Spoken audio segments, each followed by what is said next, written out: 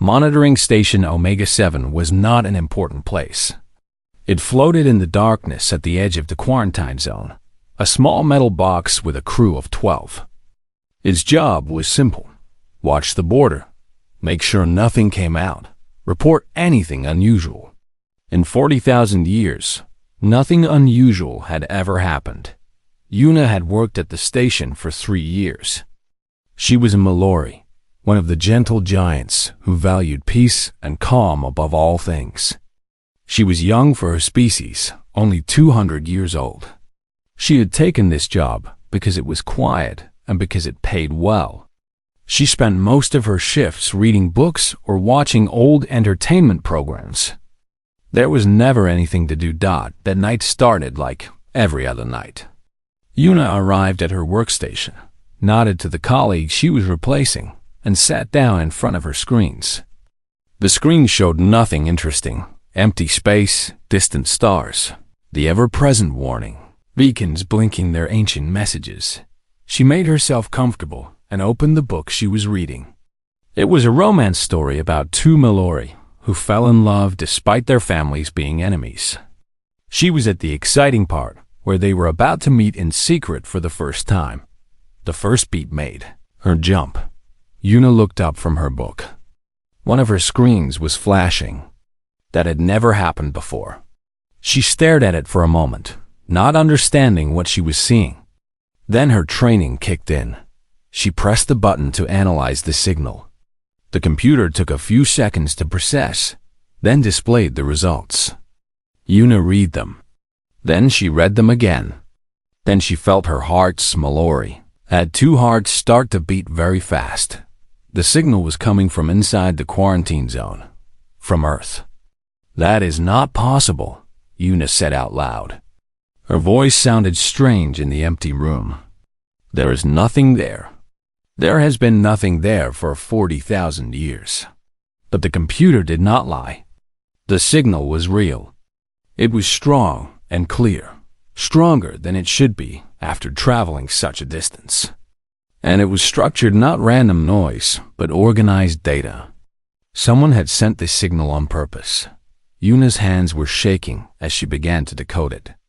The signal used an old format, one that had not been used since before the quarantine. She had to search through ancient databases to find the translation keys. It took almost an hour. When the message finally appeared on her screen, Yuna stopped breathing. 3 words. Just 3 words in the human language, with the translation beside them. "We remember everything." Yuna sat very still. Her mind was racing. This could not be real. It had to be a mistake, some kind of echo from the past, an old recording that had somehow started playing again. Humans were dead. Everyone knew humans were dead. She had learned it in school. She had heard the stories, but the signal was not old. The timestamp showed it had been sent just hours ago. And it was still transmitting, repeating the same message over and over again. "We remember everything. We remember everything. We remember everything." Yuna knew she had to tell someone. This was beyond anything she was trained to handle. But who should she call? Her supervisor was asleep. Her supervisor's supervisor was on a different station, light years away. This was the kind of thing that should go straight to the top, to the Galactic Council itself. But would they believe her? A young analyst at a forgotten monitoring station, claiming she had received a message from a species that had been dead for 40,000 years. They would think she was crazy. They would think she had made a mistake. They might even punish her for making false reports. Yuna made a decision. She would call Fleet Commander Dawn. He was in charge of military operations in this sector. He was known for being smart and fair. He would listen to her. He would know what to do. She found his contact information and opened the channel. It took several minutes for the connection to go through. Dawn was on a ship many light years away, and signals took time to travel. Finally, his face appeared on her screen. Dawn was a Keth, a member of the hive mind species. But he was unusual for a Keth. He had chosen to live separately from the main hive, to have his own thoughts and make his own decisions. This was rare among his people, and some considered it a sign of mental problems. But it had made him an excellent military commander. He could think in ways that other Keth could not. "This is Fleet Commander Dohan," he said. His voice was deep and calm. "Monitoring Station Omega-7, what is your emergency?" Yuna took a deep breath. "Sir, I have detected a signal from inside the quarantine zone, from Earth." There was a long pause. Dohan's face did not change, but Yuna could see something shift in his eyes. "Explain," he said. Yun had told him everything. She showed him the data, the translation, the timestamp. She played the signal for him, letting him hear the strange sounds of human language that nobody had heard in 40,000 years. When she finished, Dohan was silent for a long time. Then he asked a question that surprised her. "Have you told anyone else about this?" "No, sir." "You are the first." "Good. Do not tell anyone else. Do not record this conversation.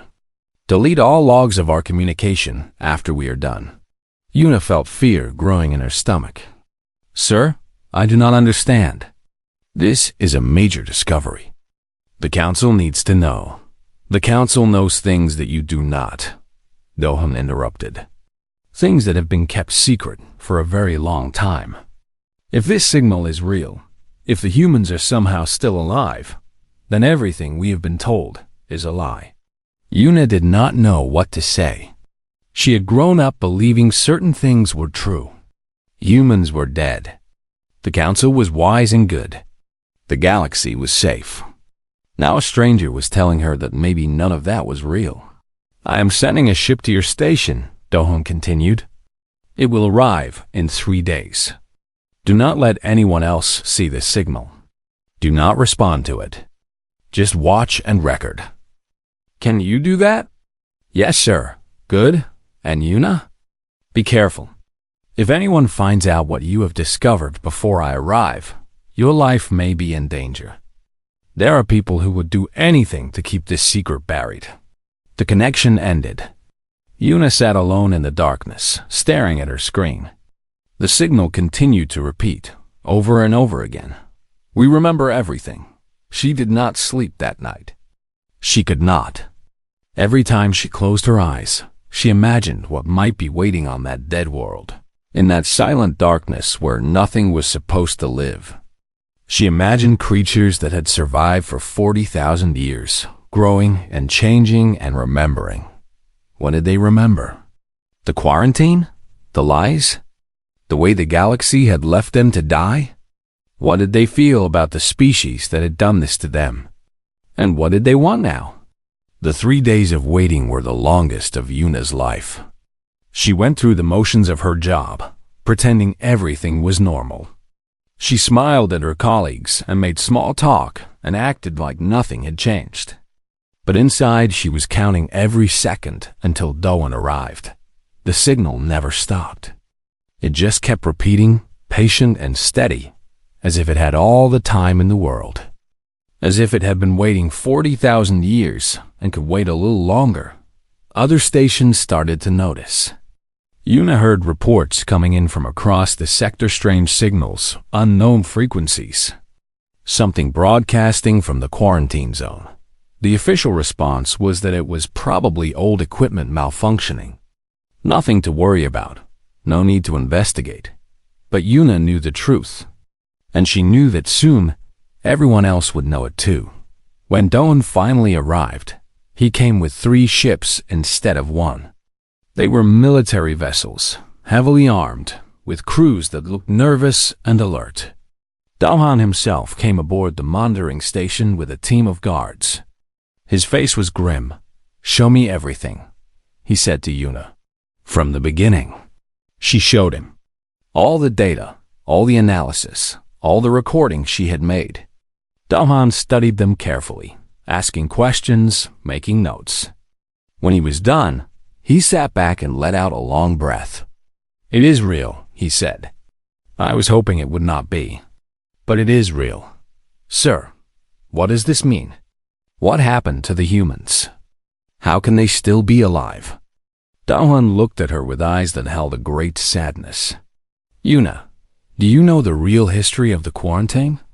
Not the stories they tell in schools, but what actually happened. I know what everyone knows. The humans were dangerous. They were destroying themselves. The Council created the quarantine to protect the rest of the galaxy.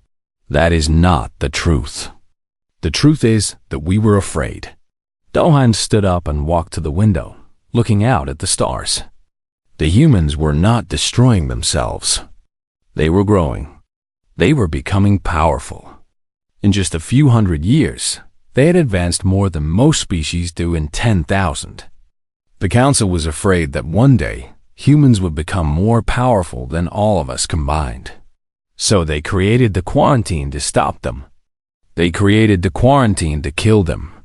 Slowly, quietly, without anyone having to take the blame. We cut them off from resources they needed to survive. We spread lies about them so that no one would help them. We watched them struggle and suffer and die, and we told ourselves we were doing the right thing. Yuna felt sick. This was not the galaxy she had believed in. This was not the history she had been taught. But the humans died. Everyone says they died. Everyone says many things that are not true. Daohan turned to face her. It seems that the humans did not die. They survived. And they have had 40,000 years to prepare for this moment. Prepare for what? The galaxy was very old. It had seen many things. It had seen stars born and die. It had seen empires rise and fall. It had seen countless species take their first steps into space, full of hope and wonder. But the galaxy had never seen anything like the humans. 40,000 years ago, humans were the most talked about species in all of known space. They came from a small blue planet called Earth, in a quiet corner of the galaxy that nobody had paid attention to before. When they first made contact with other species, everyone thought they would be easy to control. They were so young. Their technology was so simple. Their bodies were so weak, but the humans surprised everyone. In just 200 years, they spread across dozens of star systems. They learned faster than any species the galaxy had ever seen. They took technology from others and made it better. They asked questions that nobody had thought to ask before. They built things that should have been impossible. The Galactic Council watched with growing fear. The Council was made up of the 12 oldest and most powerful species in the galaxy. They had ruled space for millions of years. They had systems and rules and ways of doing things. The humans did not care about any of it. Ambassador Telos of the Varani Empire remembered those days very well. The Varani were tall beings with silver skin and 4 arms. They had been in space for 3 million years. They considered themselves the true masters of the galaxy. Telos had been young then, just starting his career in politics. He remembered the emergency meetings. He remembered the fear in the voices of the elders. They grow too fast, the Varani High Council had said. They do not respect the old ways. They do not know their place. The other species on the Galactic Council agreed. The Terrani, beings of pure energy who lived inside crystal shells, warned that humans would upset the balance of power. The Malori, gentle giants who had achieved peace through strict control of emotions, said that humans felt too much and thought too little.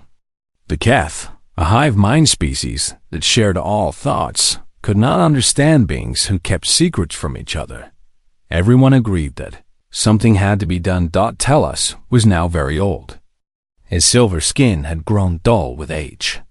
He had served as ambassador to the Galactic Council for over 30,000 years. He had seen many things in that time. But his greatest achievement, the thing he was most proud of, was what he had done to the humans. It was not called a war. Wars were messy and obvious. What happened to humanity was much more quiet. First, the Council cut off trade with human worlds. They said it was because of safety concerns and proper procedures. Humans were no longer allowed to buy certain technologies. They could not sell their goods in major markets. Their ships were stopped and searched at every checkpoint. Then came the lies. The council spread stories about humans to every corner of the galaxy. They said humans were violent and dangerous.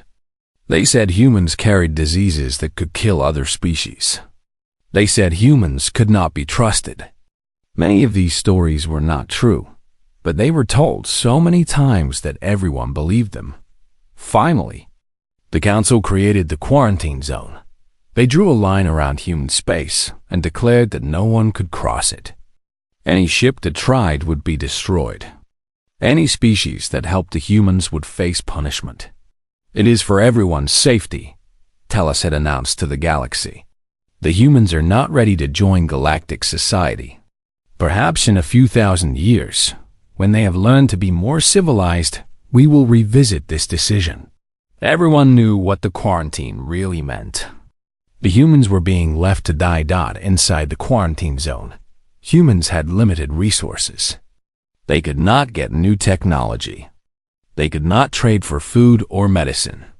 They could not expand to new worlds. The council believed that humans would eventually fight among themselves for what little they had. They would destroy each other. The problem would solve itself. And for a while, it seemed to work. For the first few centuries, there were reports of human ships trying to break through the quarantine zone. They were all destroyed. Then the attempts became less frequent. Then they stopped completely. The few probes that the council sent into the quarantine zone showed human worlds going dark, one by one. Cities that had once blazed with light became silent and empty. Ships stopped moving between planets. Communications went quiet. After 5,000 years, there was nothing. Earth itself, the human homeworld, showed no signs of life. The blue oceans had turned gray. The green lands had become brown. The atmosphere was thick with dust and smoke. It looked like the humans had destroyed themselves in some final, terrible war. The galaxy celebrated. The Varani declared a holiday that lasted for 10 cycles. Ambassador Tellus received the highest honors his species could give. The Galactic Council announced that the human problem had been solved forever. "Let this be a lesson," Tellus said in his famous victory speech. The humans burned too bright. They were always destined to burn out. They could not control their own nature. They could not learn patience. They wanted everything immediately, and so they destroyed themselves trying to get it. The speech was taught in schools across the galaxy for thousands of years. It became a warning to young species. Do not be like the humans. Follow the rules. Know your place. Grow slowly. Otherwise, you will end up like them. Nothing but dust and dead worlds.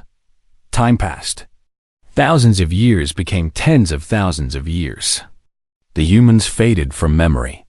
New generations were born who had never seen a human, never heard a human voice, never met anyone who had met a human.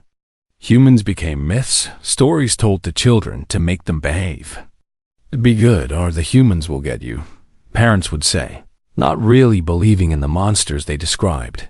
The quarantine zone remained, but nobody remembered why. It was just a part of space that ships did not go.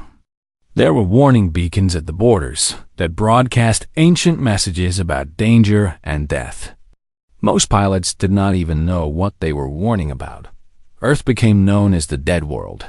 Sometimes, scientists would ask permission to study it, to learn more about the species that had once lived there. The council always refused. Some things are better left buried, they would say. There is nothing there worth finding. Telos was one of the few beings still alive who remembered the truth.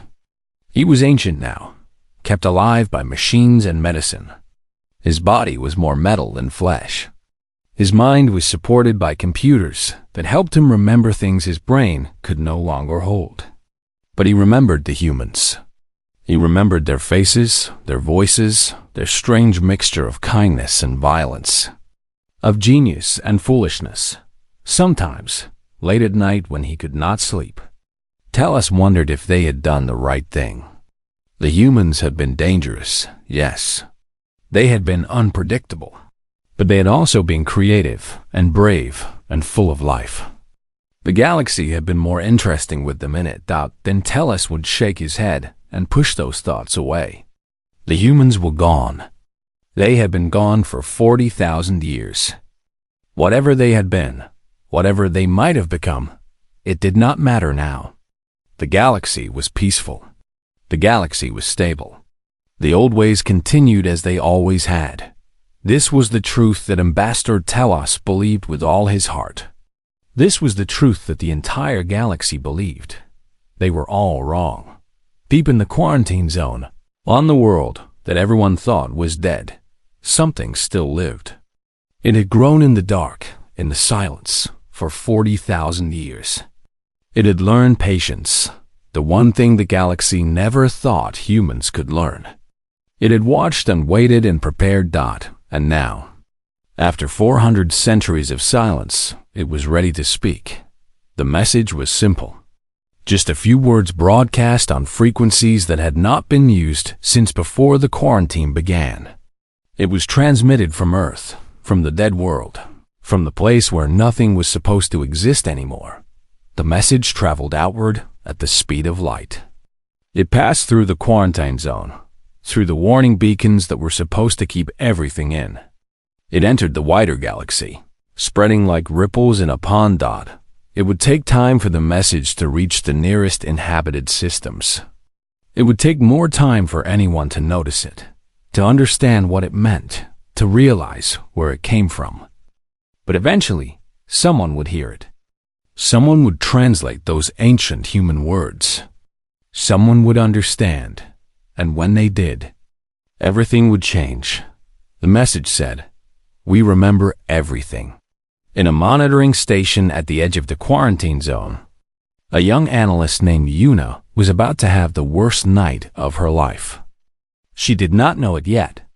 She was just doing her job, watching her screens, waiting for her shift to end. She was thinking about what she would have for dinner, whether she should call her mother, whether her boyfriend would remember their anniversary. She did not know that in a few hours, she would be the first person in 40,000 years to hear a human voice. She did not know that her name would be remembered forever. She did not know that she was about to discover the biggest secret in galactic history. The signal was coming.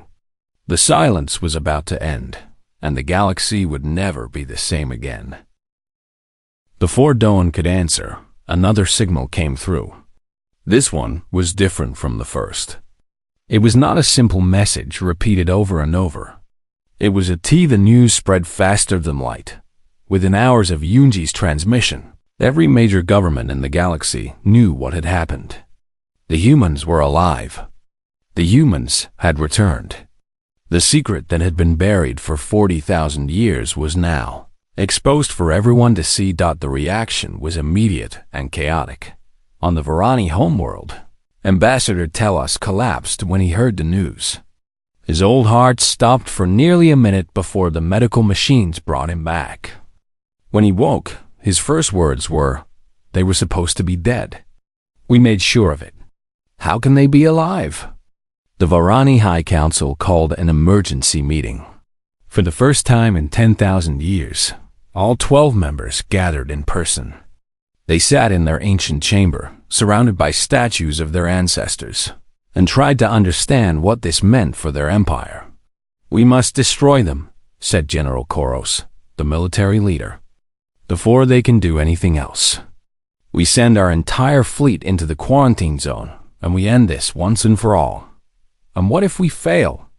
asked Minister Vina, who was responsible for foreign relations. "We do not know what the humans have become. 40,000 years is a long time. They may have technology we cannot even imagine. Then we will die trying. It is better than waiting for them to come to us." The argument continued for hours. Some wanted war. Some wanted to hide. Some wanted to pretend nothing had happened and hope the problem would go away. Nobody knew the right answer. On other worlds, similar scenes played out.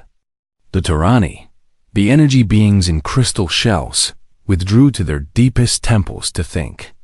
The Mallory called for peace and understanding, as they always did. The Keth hive mind became confused and divided for the first time in their history. Different parts of the collective wanted different things. The Galactic Council met at their headquarters on the neutral world of Centrum. The Great Chamber had 12 seats, one for each of the major species, arranged in a circle beneath a dome made of pure crystal. For millions of years, this room had been the center of galactic civilization. Every important decision had been made here. Every law had been passed here. Every species had accepted that the Council's word was final. Now, the Council faced the greatest challenge in its history. Elder Jisoo represented the neutral worlds, a collection of smaller species that had joined together for protection. She was old even by her species standards, with silver fur and eyes that had seen centuries of history. She had always believed in truth and justice, even when it was difficult. Especially when it was difficult. As she took her seat in the Great Chamber, she looked around at her colleagues. The Varani ambassador was pale and shaking.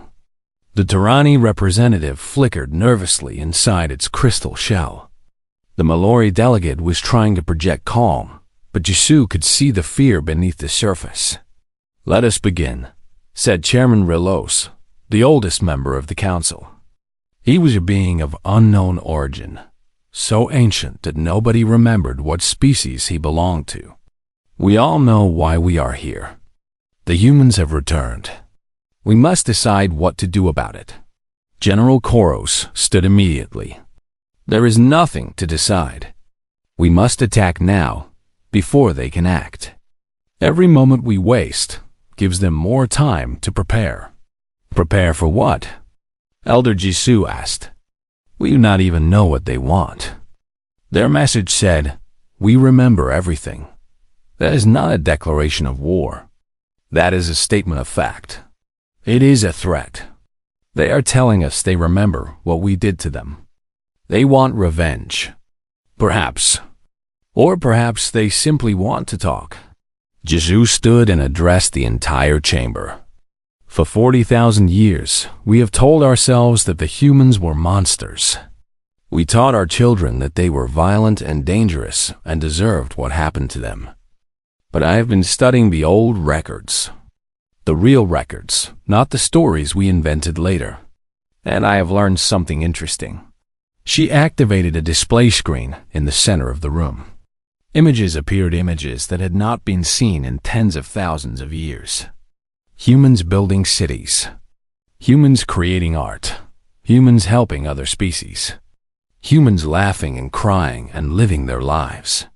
The humans were not monsters, Jisoo continued. They were people. Different from us, yes, unpredictable, sometimes violent, but also kind, creative, and full of potential. We destroyed them not because they were evil, but because we were afraid. "This is ancient history," Karo said impatiently. "It does not matter what they were. What matters is what they are now. And we cannot take the risk of finding out."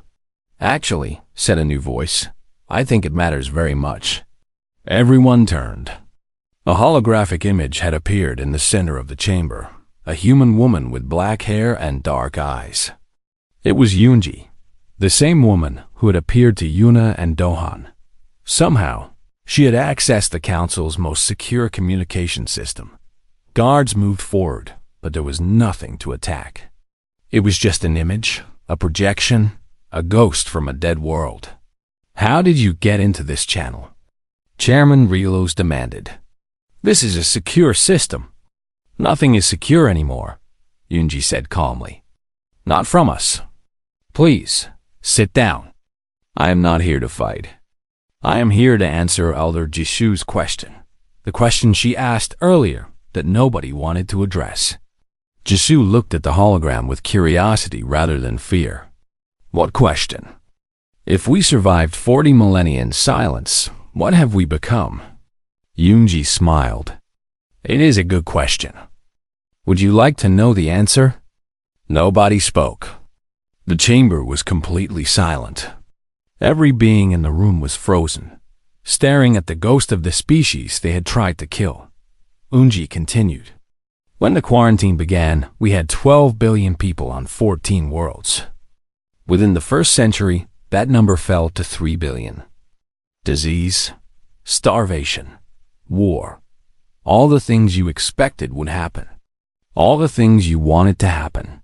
She paused, and something changed in her expression. A sadness that seemed to reach back through the centuries. But then something unexpected occurred. We stopped fighting. We came together. For the first time in our history, all humans, every nation, every culture, every belief united under a single purpose: survival. Images appeared around her.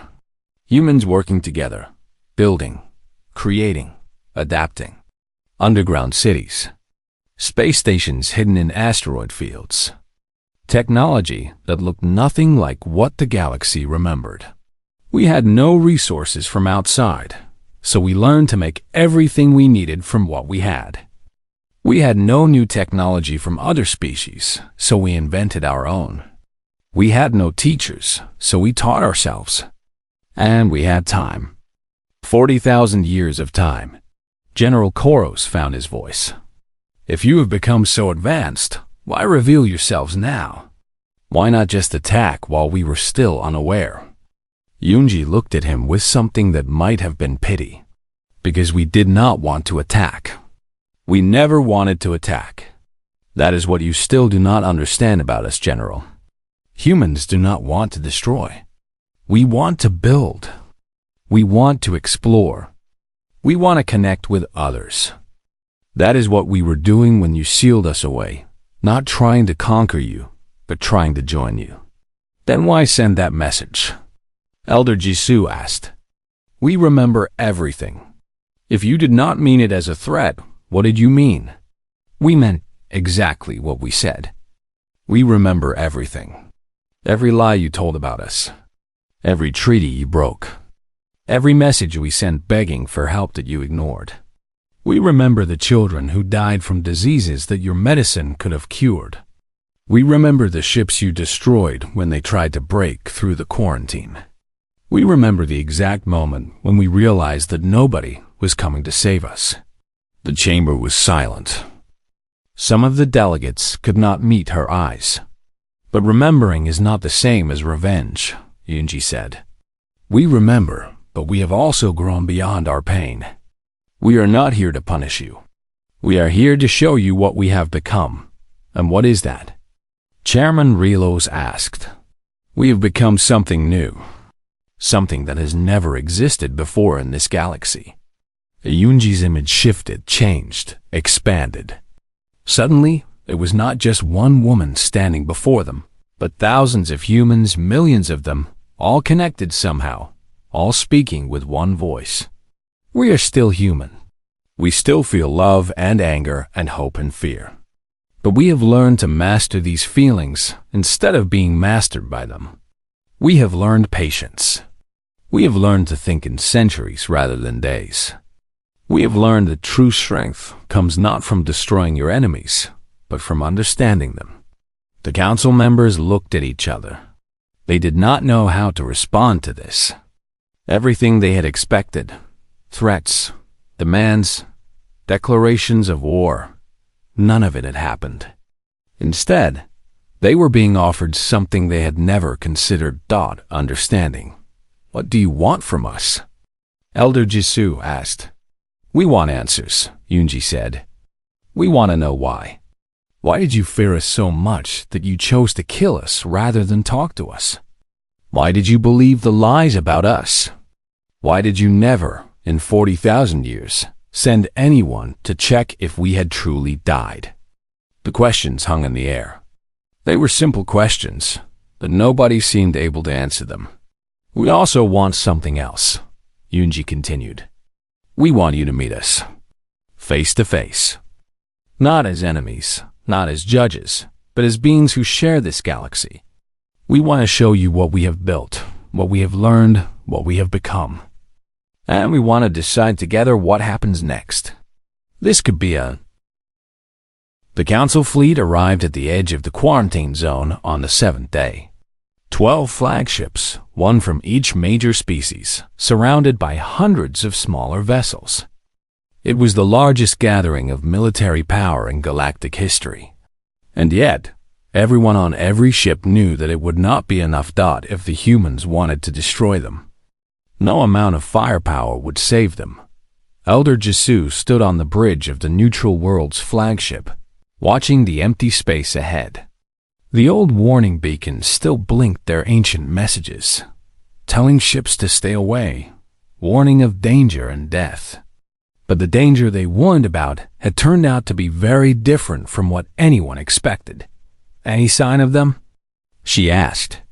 "Nothing yet," said the navigation officer. "The sensors show only empty space." Jesu nodded. She had expected this. The humans were testing them, watching to see if they would really come, if they would really wait as they had been asked to wait. On the Varani flagship, General Koros paced back and forth like a caged animal. He had argued against this meeting until the very end. Even now his weapons were charged and ready. If the humans showed any sign of hostility, he would attack without hesitation. Better to die fighting than to surrender to an enemy. On the Mallory ship, Una watched the stars through a window. She had been invited to join the diplomatic mission as a witness. After all, she had been the first to receive the human signal. She still could not believe that she was here, at the center of the most important moment in galactic history. The hours passed slowly. Nothing happened. Some of the military commanders began to wonder if it had all been a trick, a way to gather the galaxy's most powerful leaders in one place before destroying them. Fear and doubt spread through the fleet. Then, exactly at the moment the 7th day ended, space began to change. It started as a shimmer, like heat rising from a hot surface. Then the shimmer grew brighter, taking shape, forming into something solid. The Council fleet watched in silent amazement as ships appeared from nothing, hundreds of them, thousands of them. More ships than anyone could count. But these were not the ships anyone expected. The human vessels did not look like machines of war. They were beautiful, curved and flowing, made of materials that seemed to glow with inner light. They moved through space with a grace that defied physics, sliding between the stars like living creatures. Some were small, no bigger than a person. Others were enormous, larger than planets, casting shadows that blocked out the light of distant suns. At the center of the human fleet was a single ship that drew every eye. It was not the largest, but it was the most striking. Its surface was covered with patterns that seemed to shift and change, telling stories in a language that nobody in the Council fleet could read. Its name was written in human symbols that the translators struggled to understand. "The Eternal Soul," someone finally said. That is the name of their flagship. On the bridge of the Eternal Soul, Captain Minho watched the Council fleet with calm eyes.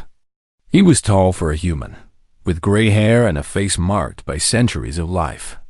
He had been born 300 years ago, one of the younger members of the human leadership. But he remembered the stories his grandparents had told him, stories their grandparents had told them, all the way back to the days before the quarantine. 40,000 years of stories. 40,000 years of waiting. And now, finally, it was time. "Open a channel to all vessels," he said. "Ours and theirs." His communications officer, a young man named Junho, pressed the controls. "Channel open, Captain." Minho took a breath. He had practiced this moment in his mind 1,000 times. Now that it was here, he wanted to make sure he got it right. "Beings of the Galactic Council," he said. "I am Captain Minho of the Human Unity. On behalf of my species, I welcome you to this meeting. We have waited a very long time for this day." On the Council ships, the translator program struggled to convert his words. Human language had changed over 40,000 years, evolving in ways nobody outside the quarantine zone could have predicted. But the meaning came through clearly enough. Welcome. We have waited. We are not here to make demands, Minho continued. We are not here to threaten. We are here to show you what we have become, and to decide together what the future will hold. General Koro spoke through the fleet-wide channel. How do we know this is not a trap? How do we know you will not destroy us the moment we lower our defenses? Minho smiled slightly. General, if we wanted to destroy you, we would not need you to lower your defenses. Your weapons cannot harm us. Your shields cannot stop us. We have had 40,000 years to prepare for every possible form of attack. We are beyond war. He paused, letting his words sink in. But that is exactly why you have nothing to fear.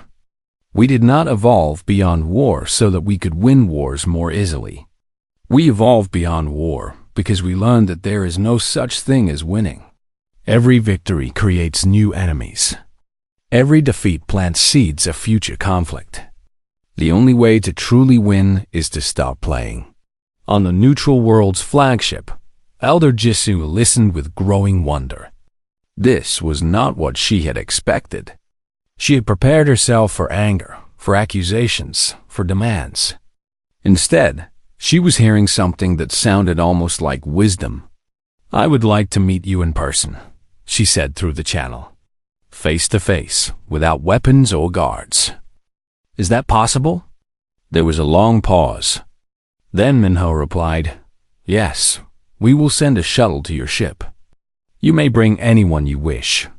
We ask only that you come with open minds.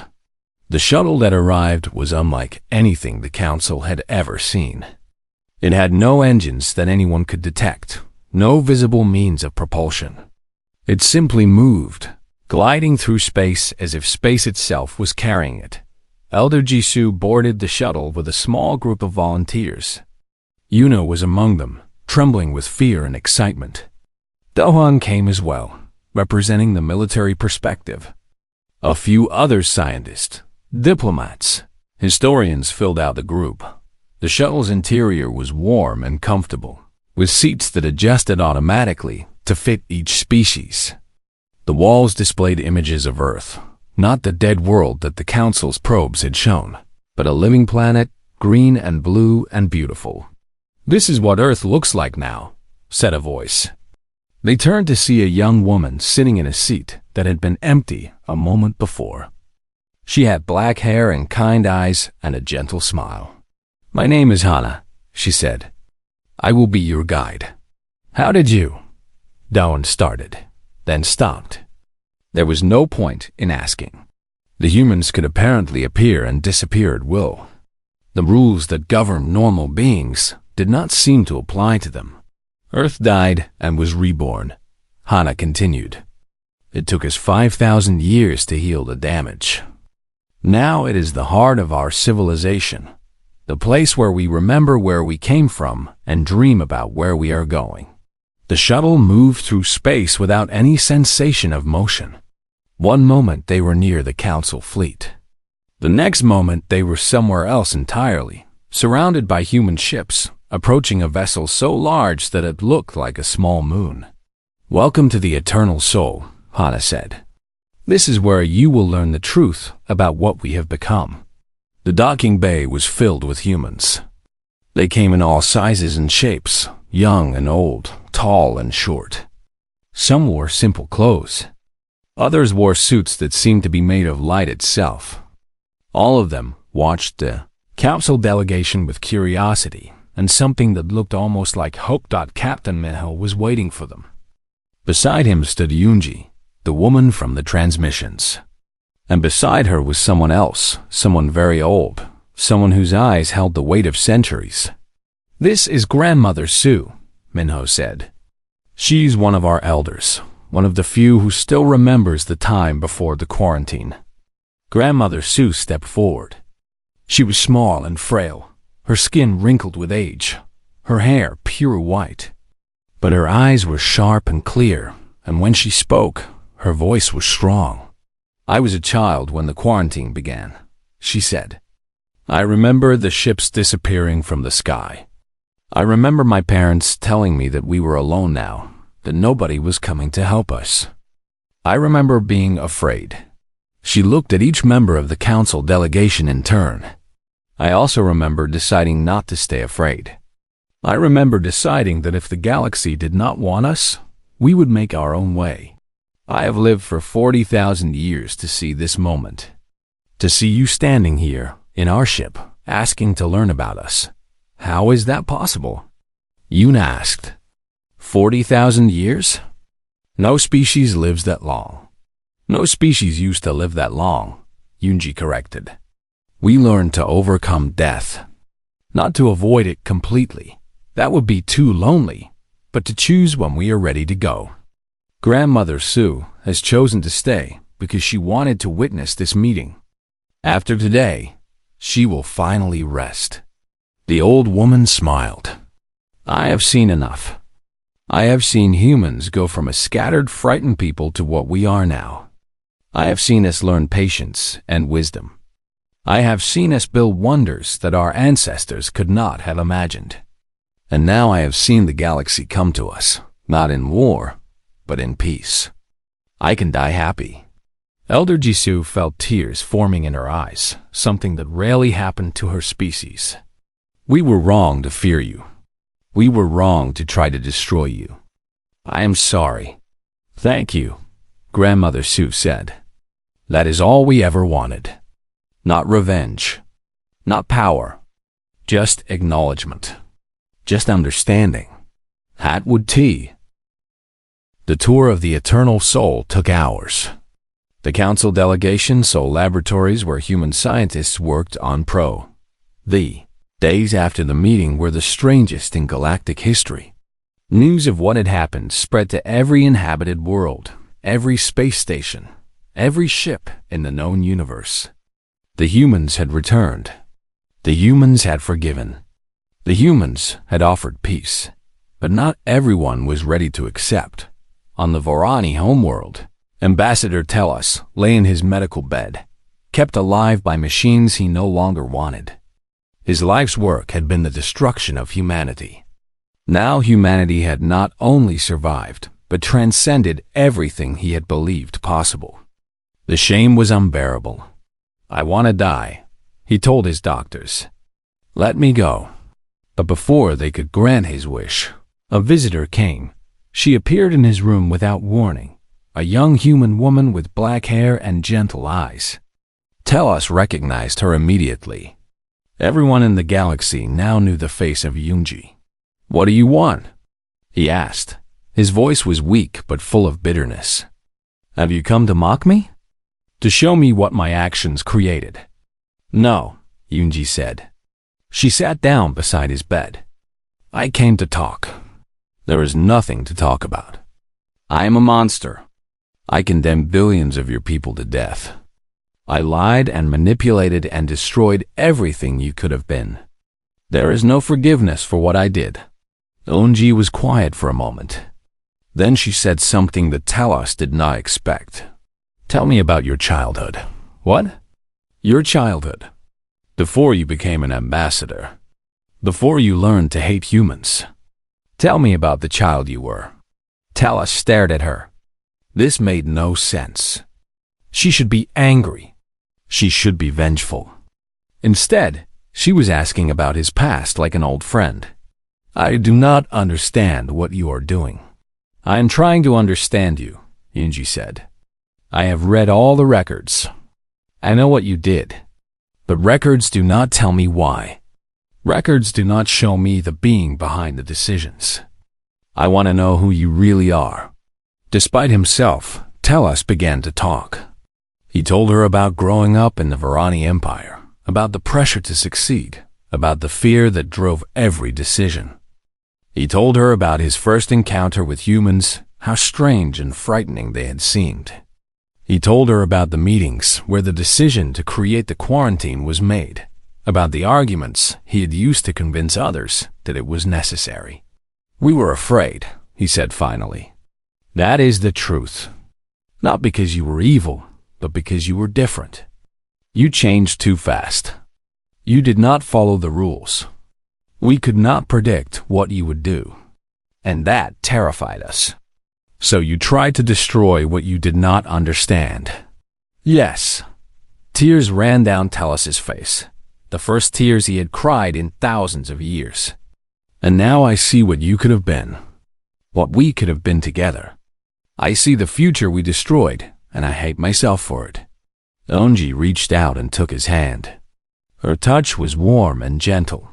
Tellus, I'm not going to tell you that what you did was acceptable. It was not. Billions of our people died because of decisions you made. Children starved. Families were torn apart. Civilizations that could have flourished were destroyed. That is the truth, and it cannot be changed. She paused. But I am also not going to tell you that you are beyond redemption. Nobody is beyond redemption. Not even you. How can you say that? After everything? Because we have learned that holding on to hatred hurts us more than anyone else. Because we understand that beings who do terrible things are still beings, with fears and hopes and a potential for growth. Because we believe that the future is more important than the past. She squeezed his hand. You do not have much time left. I can see that. But you have a choice. You can die in shame and bitterness, consumed by guilt. Or you can die having taken the first step towards something better. You can record your story, the real story, not the propaganda version. You can tell the truth about what happened and why. You can help others understand so that they never make the same mistakes. Tellus looked at her for a long time. Then, slowly, he nodded. I will do it. I will tell the truth. This scene repeated itself across the galaxy. Not exactly the same way. Every species was different. Every individual was different. But the pattern was similar. Humans appeared to those who had been most responsible for the quarantine. Not to punish. Not to threaten. But to offer a chance at understanding. General Karos received a visit from Captain Minho. They talked about war and peace. About the seduction of power and the courage required to set it aside. By the end, the old warrior was weeping. Chairman Relos met with Grandmother Sue, two ancient beings, one from each side of the conflict, sharing memories of a time that most had forgotten.